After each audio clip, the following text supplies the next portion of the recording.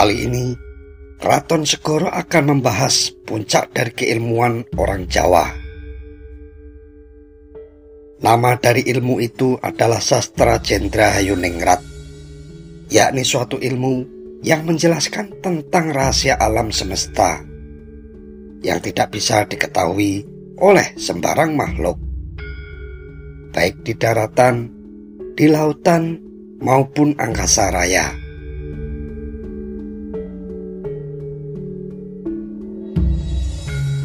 Ilmu sastra Jendra Hayuningrat ini sesungguhnya berasal dari Tuhan, yang isinya merupakan wejangan berupa mantra sakti untuk keselamatan dari unsur-unsur kejahatan di dunia.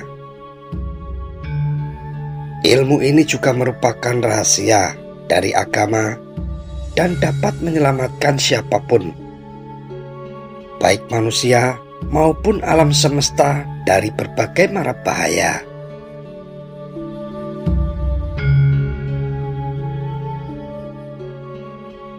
Lalu, dari sudut pandang bahasa, maka kata sastra Jendra Hayuningrat itu berasal dari kata sastra yang berarti tulis, ilmu yang bisa diartikan kitab, dan kata Jendra yang berarti milik raja atau diidentikan dengan Tuhan,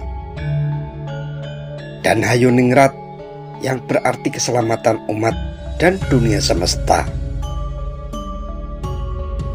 Sehingga dari kata-kata itu maka bisa disimpulkan bahwa sastra Jendra Hayuningrat itu berarti ilmu dari Tuhan yang berguna untuk keselamatan manusia dan alam semesta.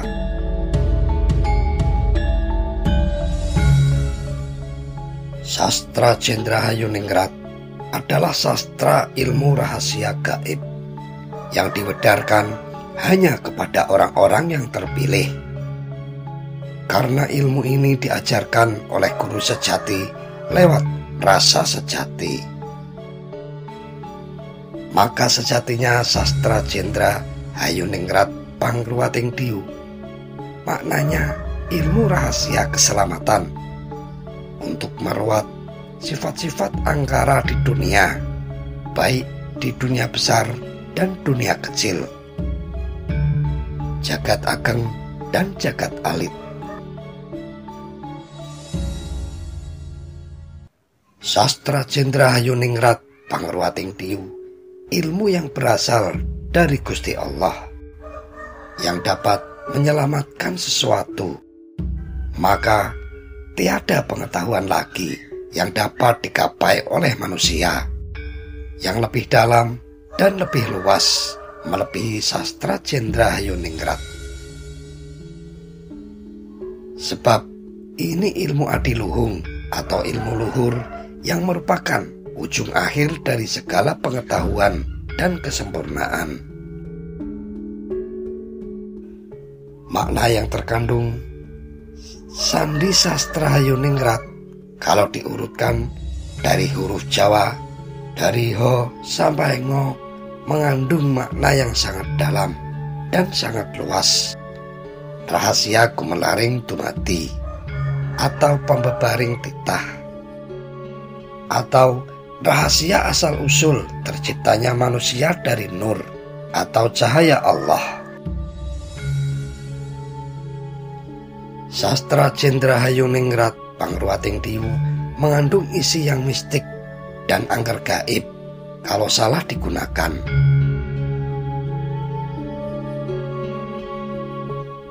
Bisa mendapat malapetaka yang besar.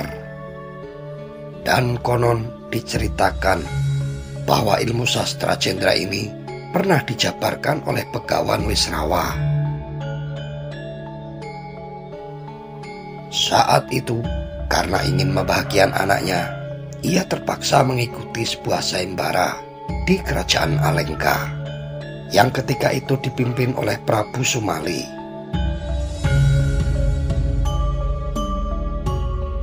Sayembara tersebut untuk bisa meminang seorang putri yang bernama Dewi Sukesi. Dalam sayembara itu diputuskan bahwa siapapun akan menikah dengan sang putri, asalkan ia mampu mengalahkan paman Dewi Sukesi, yaitu Jambu Mangli, seorang raksasa yang sangat sakti mandraguna. Selain itu, ia juga harus bisa menjabarkan ilmu sastra cendra Hayuningrat Pangruating Diu secara lengkap. Singkat cerita, ilmu sastra cendra ini tidak bisa sembarang dijabarkan.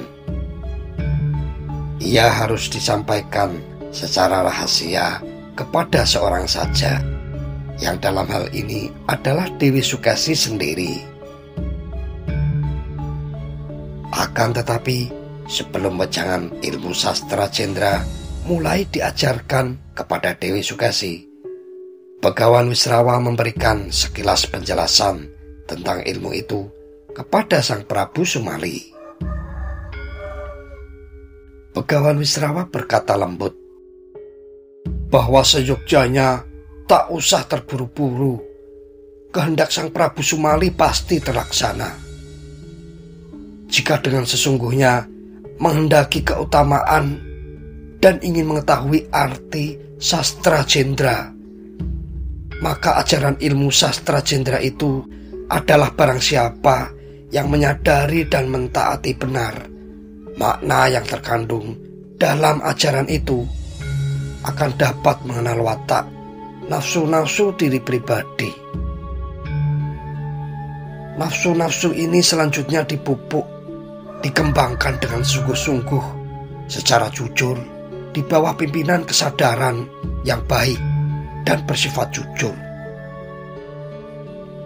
Dalam pada itu, yang bersifat buruk atau jahat akan dilenyapkan, dan yang bersifat baik akan dikembangkan sejauh mungkin. Kesemuanya di bawah pimpinan kebijaksanaan yang bersifat luhur. Mendengar penjelasan itu, Prabu Sumali terperangah. Hatinya menjadi sangat terpengaruh, tertegun, dan dengan segera mempersilahkan Resi Wisrawa untuk masuk ke dalam sanggar bersama Dewi Sukesi. Saat itu, wejangan dilakukan di dalam sanggar pemujaan, berduaan tanpa ada makhluk yang lain kecuali Resi Wisrawa dan Dewi Sukesi saja. Namun, saat wejangan tersebut dimulai, para dewa di kahyangan marah terhadap Begawan Wisrawa yang berani mengungkapkan ilmu rahasia alam semesta yang selama ini merupakan ilmu yang dimonopoli oleh para dewa. Para dewa sangat berkepentingan untuk tidak membeberkan ilmu itu kepada manusia. Karena apabila hal itu terjadi, apalagi jika pada akhirnya manusia melaksanakannya, maka sempurnalah kehidupan manusia. Semua umat di dunia akan menjadi makhluk sempurna di mata penciptanya. Dewata tidak dapat membiarkan hal itu terjadi, karena manusia harus tetap pada kodratnya, yaitu makhluk yang harus menjalankan tugas dan amanah dengan membuktikan kemampuan sejatinya, yaitu berjuang keras menerima ujian hidup. Maka digoncangkanlah oleh mereka seluruh penjuru dunia. Bumi terasa mendidih dan alam pun menjadi terguncang-guncang. prahara besar melanda seisi alam. Apapun mereka lakukan oleh para dewa agar ilmu kesempurnaan itu tidak dapat dijabarkan terang-terangan. Ingat, sebelumnya ilmu itu hanya diturunkan kepada Begawan Wisrawa dengan catatan untuk disebarkan hikmahnya saja, bukan disebarkan per kalimat seperti yang ada dalam seratnya. Itu pun tidak bisa semuanya.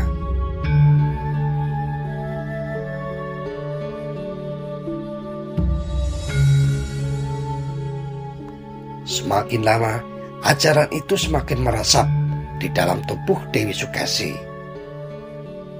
Dan itu tidak bisa lagi dihindari.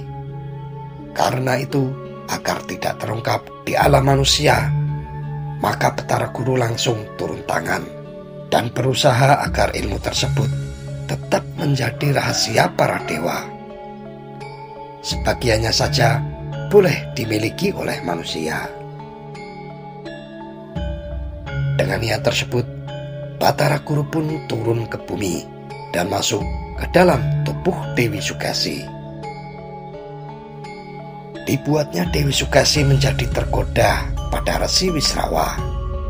Dalam waktu singkat, Dewi Sukesi mulai tergoda untuk mendekati Wisrawa. Namun, Wisrawa yang terus menguraikan ilmu itu tetap tidak berhenti. Bahkan kekuatan dari uraian itu menyebabkan sang Batara Guru terpental keluar dari raga Dewi Sukesi. Tetapi Batara Guru tidak menyerah begitu saja. Dipanggilnya Dewi Uma yang merupakan permaisurinya untuk ikut turun ke bumi. Batara Guru lalu masuk menyatu raga dalam tubuh Begawan Wisrawa. Sedangkan Dewi Uma masuk ke dalam tubuh Dewi Sukesi. Tepat pada waktu ilmu itu hendak selesai diwejangkan oleh Begawan Wisrawa, datanglah satu cobaan atau ujian hidup. Sang Batara Guru yang menyeludup masuk ke dalam tubuh sang Begawan dan Batari Uma yang ada di dalam tubuh Dewi Sukesi membangkitkan nafsu keduanya.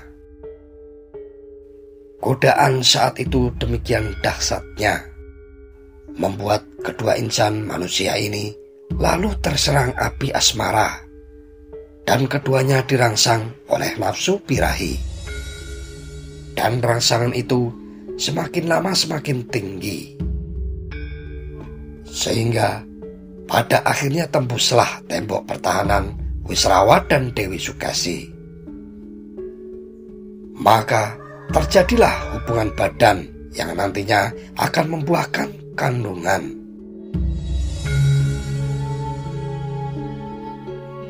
Begawan Wisrawa lupa bahwa ia pada hakikatnya hanya berfungsi sebagai wakil dari anaknya saja. Ia bertujuan untuk menyenangkan hati anaknya. Namun, akibat dari godaan tersebut, sebelum wejangan sastra Jendra selesai, maka terjadilah hubungan intim terlarang antara Begawan Wisrawa dengan Dewi Sukesi. Hal ini langsung merusak dan menodai kesucian dari ilmu sastra Jendra Hayonengrat yang telah ia dapatkan.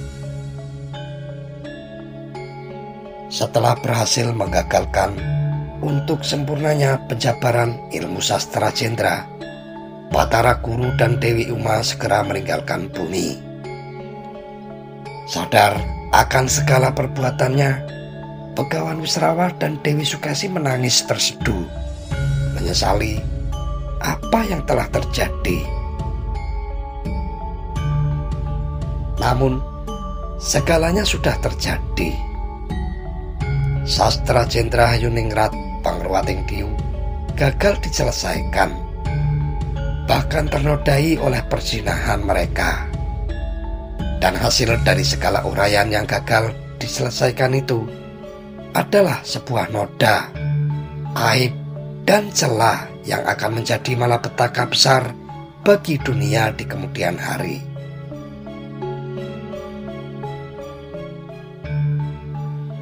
Tetapi apapun hasilnya haruslah dilalui. Begawan Wisrawa dan Dewi Sukesi menjelaskan apa adanya kepada Prabu Sumali. Awalnya sang Prabu sangat kecewa. Akan tetapi dengan arif ia bisa menerima kenyataan yang sudah terjadi. Begawan Wisrawa dan Dewi Sukesi lalu dinikahkan, dan seluruh sayembara pun kemudian ditutup.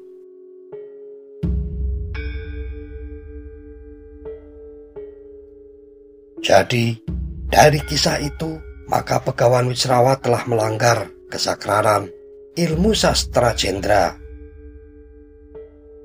Ia tidak kuat menahan nafsu syahwat kepada Dewi Sukesi. Dan akibat dari dosa-dosanya itu, maka lahirlah anak yang bukan manusia, tetapi berupa raksasa yang menakutkan, yakni Dasamuka atau Rahwana, Kumbakarna, dan Sarpakenaka. Sementara anak bungsunya, kelak yang diberi nama Gunawan Wibisana, lahir sempurna sebagai manusia. Itu bisa terjadi karena setelah anak pertama lahir, Begawan Wisrawa melakukan penebusan dengan bertapa atau tirakat tidak henti-hentinya. Berkat kesungguhan tapa beratanya itu, maka lahir anak kedua, anak ketiga, dan anak yang keempat yang semakin sempurna. Laku hidup Begawan Wisrawa yang banyak tirakat serta doa yang tiada hentinya itu akhirnya menghasilkan anak-anak yang semakin sempurna dan menjadi simbol bahwa untuk mencapai Tuhan harus melalui 4 tahapan yang tidak mudah, yakni syariat, tarikat, hakikat, dan makrifat. Lebih jelasnya, keempat anak Begawan Wisrawa dan Dewi Sukesi itu memiliki karakter dan sifat yang berbeda dan unik. Anak yang pertama adalah Rahwana atau Dasamuka. Ia mempunyai perangai yang jahat, bengis, serakah, dan angkara murka. Ini sebagai simbol dari nafsu lawamah.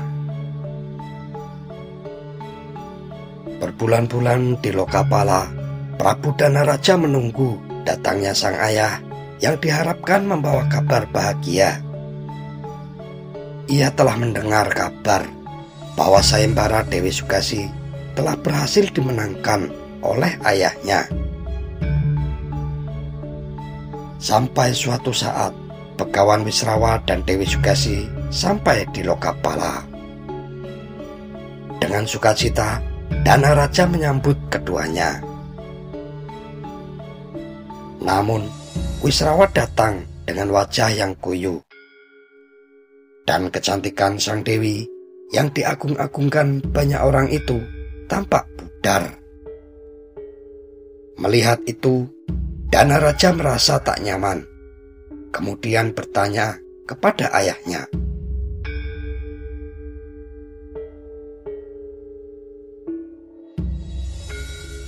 Di depan istri dan putranya, Wisrawa menceritakan semua kejadian yang dialaminya secara terus terang. Dan Begawan Wisrawa pun mengakui segala dosa dan kesalahannya. Namun, kesalahan tersebut merupakan kesalahan yang teramat fatal di mata Danaraja. Mendengar penuturan ayahnya, Prabu Danaraja menjadi sangat kecewa dan marah besar. Danaraja tidak dapat mempercayai bahwa ayahnya itu tega melukai hati putra kandungnya sendiri. Kemarahan itu sudah tidak terbendung. Danaraja lalu mengusir kedua suami istri tersebut keluar dari negeri Lokapala. Akhirnya, dengan penuh duka, sepasang suami istri itu kembali ke negara Alengka. Dalam perjalanan kembali menuju Alengka, Dewi Sukesi yang sudah mulai hamil itu tidak dapat berbuat banyak. Tubuhnya yang mulai kehilangan tenaga tampak kuyuh dan pucat. Setelah berbulan-bulan menempuh perjalanan yang melelahkan, tiba saatnya untuk melahirkan. Di tengah hutan belantara, Dewi Sukesi tak kuasa lagi menahan lahirnya sang bayi. Akhirnya, lahirlah jabang bayi itu dalam bentuk gumpalan daging, darah, dan kuku. Dewi Sukesi dan Begawan Wisrawa sangat terkejut. Gumpalan itu bergerak keluar dari rahim sang ibu menuju ke dalam hutan. Kesalahan fatal dari dua orang manusia itu menyebabkan takdir yang demikian buruk terjadi. Gumpalan darah itu bergerak dan akhirnya menjelma menjadi seorang putra bayi laki-laki raksasa sebesar bukit. Tapi untunglah, akhirnya ia bisa mengecilkan tubuhnya seukuran manusia biasa. Sadar akan kesalahannya yang selama ini terkungkung oleh nafsu kepuasan, Begawan Wisrawa mengajak Dewi Sukesi untuk bersemedi memohon pengampunan kepada Sang Maha Pencipta, serta memohon agar dianugerahi seorang putra yang tampan, setampan Wisrawa atau Danaraja, putra Resi Wisrawa, dengan Dewi Lokawati yang kini menduduki tahta kerajaan Lokapala.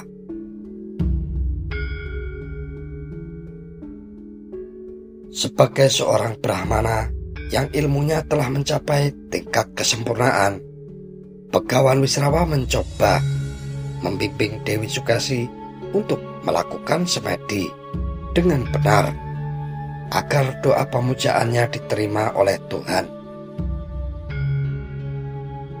Berkat ketekunan dan kehusukannya bersemedi, doa permohonan Begawan Wisrawa dan Dewi Sukesi pun lalu diterima oleh Tuhan.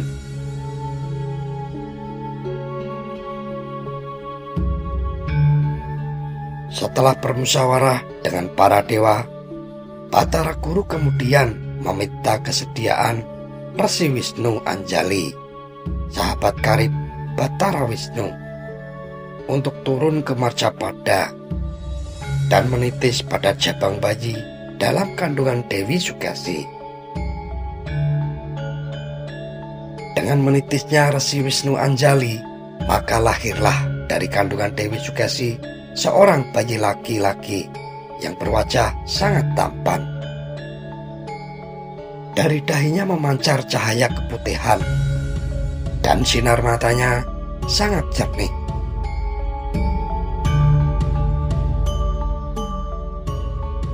Sebagai seorang Brahmana yang sudah mencapai tatanan kesempurnaan, Begawan Wisrawa dapat membaca tanda-tanda tersebut, bahwa putra bungsunya itu kelak akan menjadi seorang ksatria yang cendekiawan serta berwatak arif bijaksana. Ia kelak akan menjadi seorang ksatria yang berwatak brahmana. Karena tanda-tanda tersebut, Begawan Wisrawa memberi nama putra bungsunya itu dengan nama Gunawan Wibisana.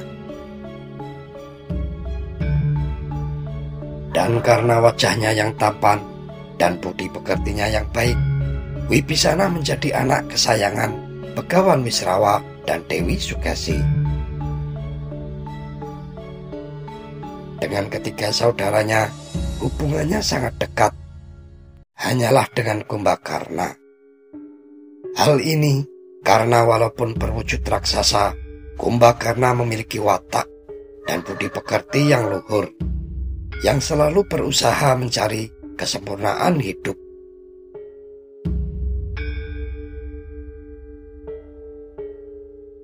Di negeri Lokapala, Prabu Danaraja masih memendam rasa amarah dan dendam yang sangat mendalam kepada ayahnya sendiri. Hingga detik itu, dia masih tidak dapat menerima perbuatan ayahnya. Sang Begawan sebagai ayah dianggapnya telah menyelewengkan bakti seorang anak yang telah dengan tulus murni memberikan cinta dan kehormatan pada ayah kandungnya. Dan rasa itu benar-benar tidak dapat ia tahan lagi. Hingga suatu saat, Prabu Danaraja mengambil sikap yang sudah tidak bisa ditawar. Prabu Danaraja lalu mengerahkan seluruh bala tentara kerajaan Lokapala untuk menyerang kerajaan Alengka. Ia memimpin pasukan besar dan berusaha untuk bisa membunuh ayahnya sendiri, yang menurutnya sudah tidak memiliki kehormatan. Alengka dan Lokapala akhirnya bentrok dalam perang besar. Pertumpahan darah terjadi di mana-mana, yang ditujukan hanya untuk membalaskan dendam seorang anak kepada ayahnya. Melihat itu, Begawan Wisrawa tidak bisa tinggal diam. Dalam hati, ia berkata, ribuan nyawa prajurit telah hilang demi seorang Brahmana tua yang telah penuh dengan dosa. Wisrawa pun segera turun ke tengah pertempuran dan menghentikan semuanya. Kini, ia berhadapan-hadapan dengan Danaraja, anaknya sendiri. Dengan mata penuh dendam, Danaraja lalu mengibaskan pedangnya ke tubuh Begawan Wisrawa. Darah pun mengucur deras. Sang Begawan roboh di tengah-tengah para prajurit kedua negeri. Sang Begawan bisa saja menghindar. Akan tetapi, ia rela dibunuh oleh anaknya itu. Dan karena olah batinnya yang kuat, ia pun sudah tahu bahwa sudah saatnya ia meninggalkan dunia ini. Melihat Begawan Wisrawa tewas dalam peperangan melawan Prabu Danaraja, Dewi Sukesi berniat untuk balas dendam. Rahwana yang ingin menuntut balas atas kematian ayahnya dicegah oleh Dewi Sukesi. Kepada 4 putranya diyakinkan bahwa mereka tidak akan mampu mengalahkan Prabu Danaraja yang memiliki ilmu sakti yang bernama Rawa Rontek. Untuk dapat mengalahkan dan membunuh Prabu Danaraja, terlebih dahulu mereka harus pergi bertapa, memohon anugerah Tuhan agar diberikan kesaktian yang melebihi Prabu Danaraja. Maka berangkatlah mereka melaksanakan perintah ibunya itu. Selanjutnya, memang benar di kemudian hari Rahwana dan ketiga saudaranya itu bisa mendapatkan ilmu yang luar biasa. Bahkan Rahwana sendiri mendapatkan ilmu yang sangat sakti dari Batara Brahma. Dengan ilmu itu, Rahwana seolah-olah tiada tandingannya di muka bumi. Akibatnya ia semakin sombong dan berperilaku biadab, senang berperang dan merebut istri orang. Hingga pada akhirnya ia harus menerima balasan yang setimpal oleh Sri Rama karena telah menculik istrinya, yaitu Dewi Sinta. Pada saat itu, kerusakan telah terjadi di mana-mana. Sebagai bukti nyata akan adanya dampak buruk bila ilmu sastra Jendra Hayuningrat disalahgunakan. Sesungguhnya inti dari ilmu sastra Jendra Hayuningrat itu adalah untuk bisa menemukan dan menyatu kembali dengan diri sejati. Kisah hidup Begawan Wisrawa adalah salah satu takdir yang ditetapkan oleh Tuhan agar menjadi pelajaran bagi siapapun, bahwa ilmu itu tidak cukup hanya sebatas dihafal saja, tetapi harus dipraktekkan dengan benar secara terus-menerus. Tanpa hal itu, setinggi apapun ilmu yang dikuasai akan menjadi sia-sia. Seseorang harus tetap patuh pada aturan yang ada. Jangan melanggar walaupun sedikit, hanya demi mengikuti keinginan orang lain.